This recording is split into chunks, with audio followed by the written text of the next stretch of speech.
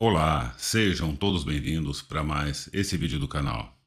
A dica de hoje, como fazer o download da sua ISO original diretamente do site da Microsoft do seu Windows 10. Se você está tentando fazer o download diretamente pelo site da Microsoft e não está conseguindo, fica comigo até o final do vídeo, que eu vou ensinar para vocês o passo a passo.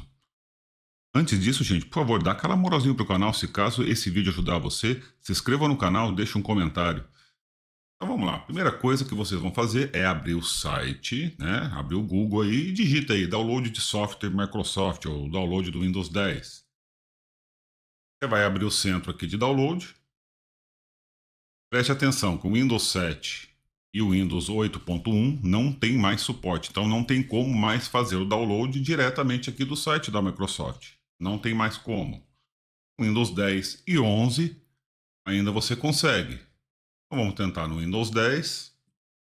Aqui é onde a grande maioria para, porque não vai achar a ISO aqui. Eles mudaram aqui o local e eu vou mostrar para vocês.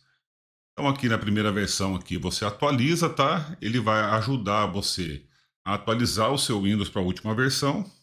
Não é isso.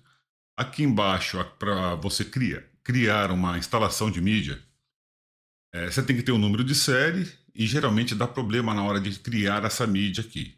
Então a primeira coisa que iremos fazer é fazer o download da ISO diretamente. Então vocês vão pegar o teclado de vocês e aperte a tecla F12.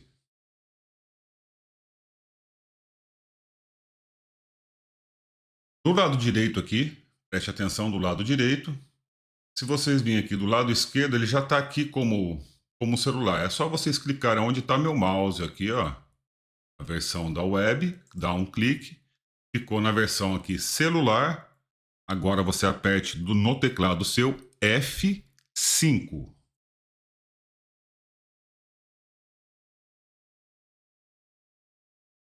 Apertou F5, pode fechar essa tela lateral aqui, sem problema nenhum. Agora aqui, ó, baixe a imagem de disco do seu Windows 10, arquivo ISO, tá? Então agora aqui no caso vai pegar a última versão do Windows 10, que é a 23, em 2023 aqui, que é a versão 22H2. Seleciona a edição. Aqui ela vai pegar todas as edições do Windows 10. Dê um OK, confirmar. Ele vai pedir para você escolher um idioma. No caso, você escolhe o idioma aí que você achar. O nosso caso aqui é português Brasil. Confirmar. Agora ele vai pedir para você se você quer na versão 64 ou 32. Tá? Vamos baixar a versão 64.